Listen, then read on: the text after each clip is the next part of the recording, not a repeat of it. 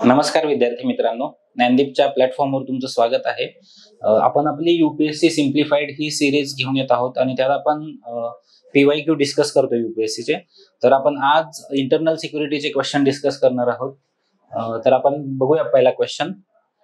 Discuss the types of organised crimes, describe the linkage between terrorism and organised crime that exist at the national and transnational level. ह्याच्यामध्ये सरळ सरळ question आहे, त्यांनी types discuss करायला सांगितलेत, त्याच्यानंतर linkages आपल्याला एस्टॅब्लिश करायचेत। कशामधले? तर नॅशनल अँड ट्रान्सनॅशनल लेवल्स आणि ऑर्गनाइज्ड क्राइम्स, तर ह्याच्यातले आपल्याला लिंकेजेस त्यांनी एस्टॅब्लिश करायला सांगितलेले आहेत। तर आपण बघू ह्याचं स्ट्रक्चर कसं पाहिजे। स्ट्रक्चर बघा, तर अप्रोच इंट्रोडक्शन मध्ये तुम्ही काय करायला पाहिजे, ऑर्गनाइज्ड क्राइमची डेफिनेशन द्यायची। ओके, ऑर्गनाइज्ड क्राइम म्हणजे काय, तर organised crime is a nexus where crime is perform by many people in a organised manner. Okay, म्हणजे समजा दगडफेक होती कुठे आणि तिथे लोक जवळ एकत्र येत आहेत, इन्स्टिट्यूशनलायझेशन झालंय आणि वेल स्ट्रक्चर्ड ऑर्गनायझेशन तयार झालंय आणि ते लोक एक वेल स्ट्रक्चर फॉर्म मध्ये ऑर्गनाइज क्राइम करतायत, तर त्याला काय म्हणतात, ऑर्गनाइज्ड क्राइम। बेसिकली यूपीएससी मध्ये ज्या डेफिनेशन आहेत किंवा जे काही तुम्हाला एक्सप्लेन करायचंय ना, ते खूप सिंपल लँग्वेज मध्ये आणि with the use of keywords करा। ओके, त्याच्यानंतर आपण बॉडीमध्ये काय बघणार आहोत, टाइप्स ऑफ ऑर्गनाइज्ड क्राइम्स काय काय आहेत त्यांनी डिस्कस करायला सांगितले। त्याच्यानंतर linkages between terrorist and organised crime at transnational level आणि ऍट नॅशनल लेवल, आणि कन्क्लुजन आपण करणार आहे काहीतरी रिलेव्हंट स्टेटमेंट देऊन किंवा वे फॉरवर्ड किंवा करंटला लिंक करून। ओके,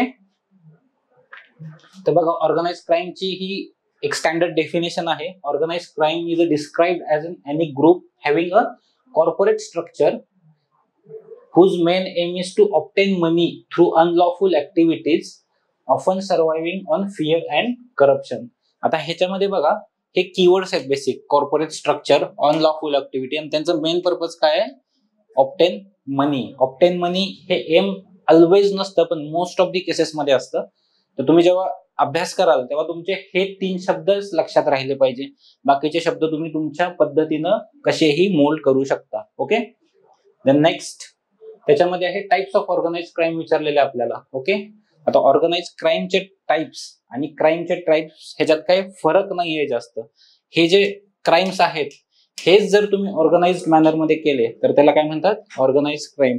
तर फर्स्ट वन इज काय आहे, drug trafficking. Okay, drug trafficking म्हणजे काय, आपण ड्रगचं स्मगलिंग करतो। आता ह्याच्यात एक गोष्ट लक्षात ठेवा, हे टाइप्स लिहिताना प्रत्येक ह्याच्यात एक्झाम्पल येणं खूप महत्वाचं आहे। प्रत्येक ह्याच्यात आता ड्रग ट्रॅफिकिंग मध्ये तुम्ही काय एक्झाम्पल द्याल, गोल्डन ट्रायंगल किंवा गोल्डन क्रिसेंट। ओके, हे एक्झाम्पल आले पाहिजेत तुमचे। त्याच्यानंतर आर्म्स ट्रॅफिकिंग। आर्म्स ट्रॅफिकिंग म्हणजे काय, तुम्ही शस्त्रांचं जर ट्रॅफिकिंग करत असाल क्रॉस बॉर्डर तर त्याला आर्म्स ट्रॅफिकिंग म्हणतात। तर ह्याला एक्झाम्पल काय तुम्ही देणार, इंडिया पाकिस्तान बॉर्डर। ओके, त्याच्यानंतर स्मगलिंग वेगवेगळ्या प्रकारचं होतं, स्मगलिंग ह्युमनचं होतं किंवा सोने चांदी हिरे ह्याचं स्मगलिंग होतं। त्याच्यात तुम्ही मग नॉर्थ ईस्टर्न साइड किंवा इंडिया नेपाळ बॉर्डरचं एक्झाम्पल देऊ शकता की ज्याच्या अलॉंग स्मगलिंग खूप जास्त प्रमाणात होतं। त्याच्यानंतर मनी लॉन्ड्रिंग तुम्हाला माहिती आहे काय करायचं, काळा पैसा व्हाईट करायचा, त्याला काय म्हणतात, मनी लॉन्ड्रिंग। हे पण खूप प्रमाणात चालतं ऑर्गनाइज्ड क्राइम मध्ये। त्याच्यानंतर नार्को टेररिझम म्हणजे काय, तुमचे ड्रग्ज असतील किंवा तुमचे गांजा वगैरे ह्याचं तुम्ही जे टेररिझम क्रिएट करता त्याला नार्को टेररिझम म्हणतात। त्याच्यानंतर कॉन्ट्रॅक्ट किलिंग म्हणजे काय, एकाकडनं पैसे घ्यायचे दुसऱ्याला मारण्यासाठी, हा ऑर्गनाइज्ड मॅनर मध्ये केल्यानंतर त्याला कॉन्ट्रॅक्ट किलिंग म्हणतात। त्यानंतर किडनॅपिंग फॉर रॅन्सम म्हणजे काय, कोणाला तरी किडनॅप करायचं एखाद्या मोठ्या माणसाला आणि त्याच्याकडून मोठी अमाऊंट मागायची। आणि इल्लीगल इमिग्रेशन म्हणजे काय, क्रॉस बॉर्डर जे इमिग्रेशन होतं त्याला इल्लीगल इमिग्रेशन म्हणतात। त्याच्यामध्ये एक्झाम्पल कुठले येईल, आपले रोहिंग्या असतील।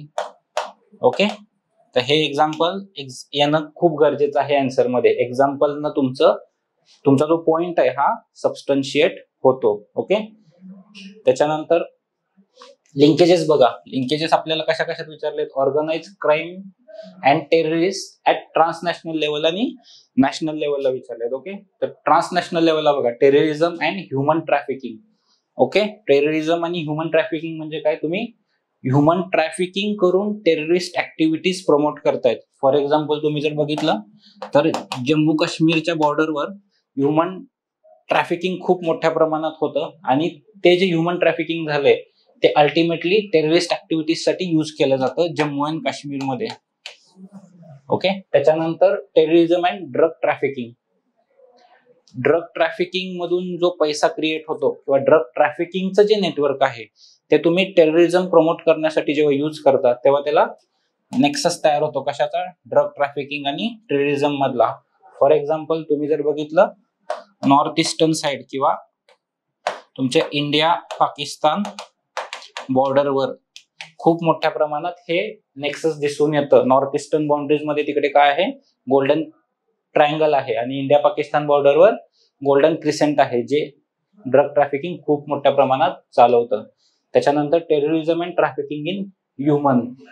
ओके, ह्याचा अर्थ काय, ट्रॅफिकिंग इन वेपन्स. वेपन्स म्हणजे काय, वेपन्स तुम्ही जेव्हा ट्रॅफिकिंग करता क्रॉस बॉर्डर तर ते वेपन्स तुम्ही जेव्हा टेररिस्ट ऍक्टिव्हिटीज साठी वापरता त्याच्यातनं हे नेक्सस तयार होतं. तुम्ही वेब सिरीज एखादी बघितली असेल कुठली टेररिस्टच्या रिलेटेड तर त्यात सरास दाखवतात की बॉर्डरच्या अलॉंग तुमचं वेपनचं ट्रॅफिकिंग होतं. त्याच्यानंतर terrorism, crime and trafficking in cultural property antiquities म्हणजे ज्या आपल्या पुरातत्व विभागाच्या ज्या वस्तू आहेत तर त्या जेव्हा तुम्ही ट्रॅफिकिंग करता आणि ते ट्रॅफिकिंग करून जो मनी क्रिएशन होतं, पैसा जो जनरेट होतो तर तो जनरेट झालेला पैसा तुम्ही टेररिस्ट ऍक्टिव्हिटीसाठी यूज करता. ओके, त्याच्यानंतर terrorism and kidnapping for ransom. मी मगाशी सांगितलं किडनॅपिंग फॉर रॅन्सम म्हणजे काय, कोणाला तरी किडनॅप करायचं आणि त्याच्याकडनं पैसे मागायचे. ते जे पैसे येतील ते कुठे यूज करायचे, टेररिझम मध्ये. त्याच्यानंतर नार्को टेररिझमचा एक पॉइंट आहे आणि लॉजिस्टिक सपोर्ट. आता लॉजिस्टिक सपोर्ट म्हणजे काय, तर इंडियामध्ये जे इन्फ्रास्ट्रक्चर आहे किंवा लॉजिस्टिक्स आहे ते टेररिझम साठी यूज करायचं with the help of sleeper cells. Okay, so ह्याच्यातनं टेररिझम प्रमोट करायचं. बेसिकली काय करायचं, या लिंकेजेस मध्ये आपल्याला डायव्हर्सिटी आणायची आन्सर मध्ये. म्हणजे तुम्ही इथं जर बघितलं ह्या पॉइंट मध्ये मी काढलेला तर सगळे क्राईम्स कव्हर होत आहेत आणि ते टेररिस्टला लिंक होत आहेत. तर ह्याच्यावर आपल्याला मार्क जास्त पडतात आणि प्रत्येकाला एक एक एक्झाम्पल द्यायचं. जसं मी दिलंय जम्मू काश्मीर, नॉर्थ ईस्ट आणि इंडिया पाक. ओके, त्याच्यानंतर linkages between terrorist and organise crime विचारले. ओके, ऍट नॅशनल लेवल विचारले. नॅशनल लेवलला काय लिंकेजेस आहेत बघा टेररिस्ट आणि ऑर्गनाइज क्राईमच्या. नॉर्थ ईस्टर्न इंडियामध्ये माहिती आहे आपल्याला इन्सर्जन्सी होते नॉर्थ ईस्टर्न इंडियामध्ये. ओके, तर ती जी इन्सर्जन्सी आहे म्हणजे आता जो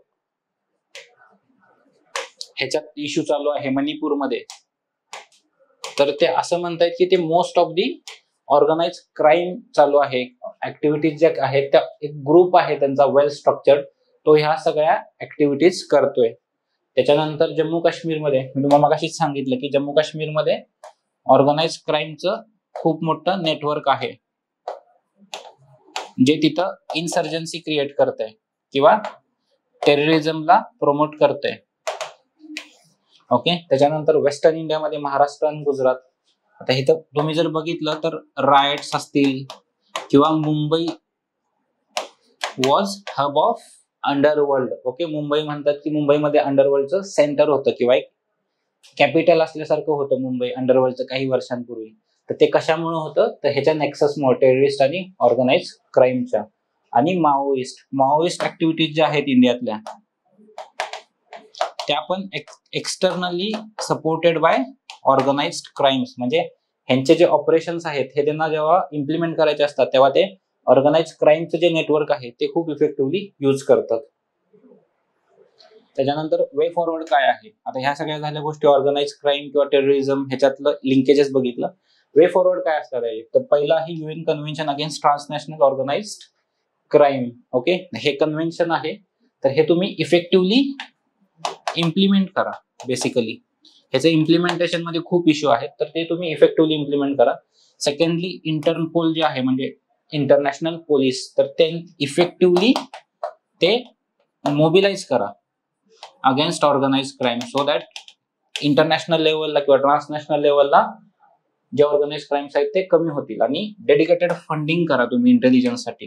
म्हणजे बेसिकली ऑर्गनाइज क्राईम मध्ये एक ड्रॉबॅक मोठा हा आहे की तुमच्याकडे इंटेलिजन्सच नाहीये त्या लेवलचं. तर त्याच्यासाठी तुम्ही काय करा, जास्त फंडिंग करा, जेणेकरून इंटेलिजन्स तुमचा वाढेल आणि ह्या ऍक्टिव्हिटीज कर्व होतील. तर जनरली काय करायचं वे फॉरवर्ड करताना, नॅशनल लेवल आणि ग्लोबल लेवल असे दोन बायफर्केशन करायचे. नॅशनल लेवलला काय असेल तुमचं फंडिंग द्या इंटेलिजन्सला किंवा एक इन्स्टिट्यूशन तयार करा, आणि ग्लोबल लेवलचे हे दोन आहेतच. जनरली ह्या दोन मध्ये तुम्ही वे फॉरवर्ड डिवाइड करा जिथे जिथे पॉसिबल आहे. जिथे जिथे विचारलंय की इंडियाने काय स्पेसिफिक स्टेप्स घेतल्या पाहिजेत तिथे हा पॉइंट कॅन्सल करायचा, आणि नसेल विचारलं तर दोन्ही लेवलला तुम्हाला ते लिहिता आलं पाहिजे. आणि लास्टली मग कन्क्लुजन काय करायचं, कन्क्लुजन एक सिम्प्लिस्टिकली किंवा वे फॉरवर्ड फ्युचरिस्टिक करायचं.